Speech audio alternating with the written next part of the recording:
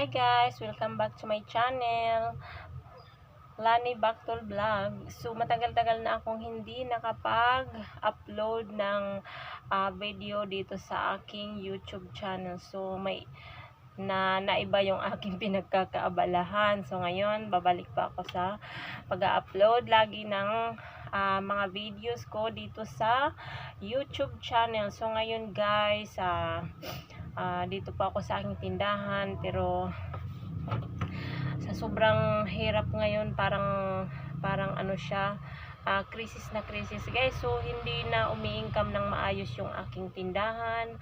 So ang tindahan ko nga pala guys ay Agribit. So hindi na po siya umi-income ng maayos nung start po nung July, tapos August. Yun, buong August po ay talagang bumagsak po ang aking income dito sa aking tindahan. So nahihirapan na po ako, wala na po akong pangrenta kasi hindi na po ako bumibinta. So yung aking puhunan ay paubos ng paubos. So yung aking paninda, so paubos na rin ng paubos. Yan, wala na pong laman yung aking tindahan. So ayan, yan, ang mga basyo na lang po yan. So talagang bumabagsak po yung aking negosyo sa loob lamang ng 2 buwan. So hindi po kinakaya yung aking pondo sa dahil nagre-renta lang po ako dito at wala po akong ibang source of income. Ito lang po talaga. Tapos meron po akong 3 anak. Yung aking pong panganay ay 3rd year college na po. So talagang dahil nga wala akong ibang source of income, dito lang po ako umaasa sa aking tindahan. Tapos nagre-renta pa po ako. Lahat naman po guys ginagawa ko, pero talagang hindi na po kinakaya. So ang mangyayari na po dito ay i-stop ko na lang at maghahanap po ako ng iba kong business or pagkakitaan, yung hindi po ako nagre-renta, kasi talagang mas lalo po akong napapalubog sa pagre-renta, pero hindi po sapat yung aking binta doon sa at saka iba pang syempre yung pangangailangan po namin sa bahay, lahat po, dahil ako lang naman po yung solo parents po kasi ako. So ayun, yung gagawin ko na lang po ngayon ay unti-unti ko pong ipagbibinta yung mga katulad ng mga sako. Buti na lang tag-ani na ngayon, so marami pong maghahanap ng sako ng feed. So pandagdag na rin ito sa aming kakailanganin araw-araw. Makakabili na po ako nito ng pang-ulam namin. So lalo na ngayon, hirap na hirap po kami dahil sa sobrang mahal ng bigas.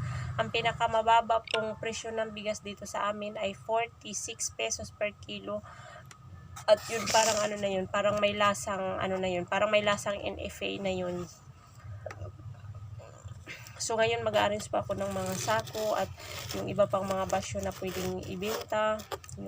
Yun na lang po yung aking gagawin ngayon, kasi sa sunod na mga araw ako na po magsasara ng aking tindahan. So yun, yung mga natira kong paninda, kukunti na lang, ilang kilo na lang yan.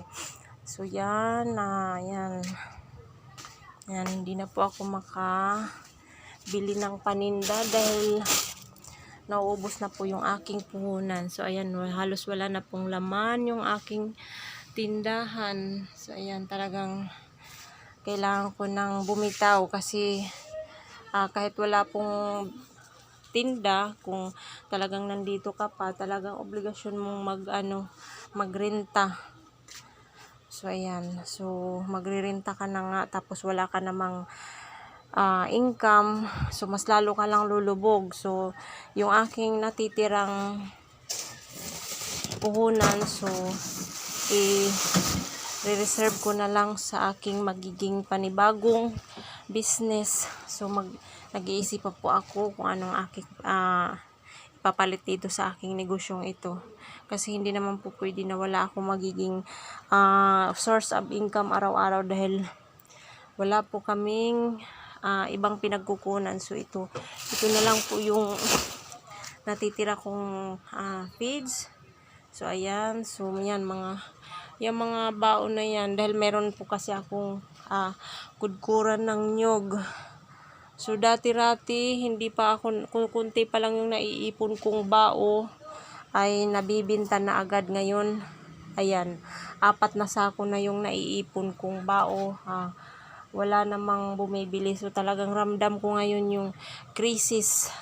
Kasi dati naman palagi pong may mga bumibili sa akin ng yung mga bao na yan. Pang na rin yan. Pang dagdag, pang gasto na rin yan araw-araw.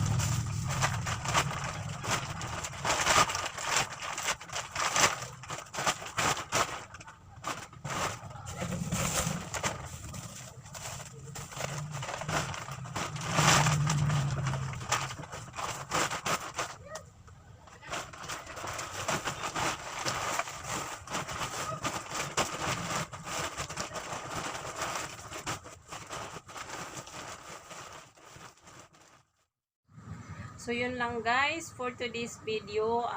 Abangan nyo po ang magiging journey ko dito sa larangan ng pagninegosyo. So sana po pagpalain po ako ng Panginoon, makahanap po agad ako ng aking pagkakakitaan. So yun lang guys. Kung nagustuhan po ang aking video ay huwag pong kalimutang mag-subscribe, mag-comment, mag-like.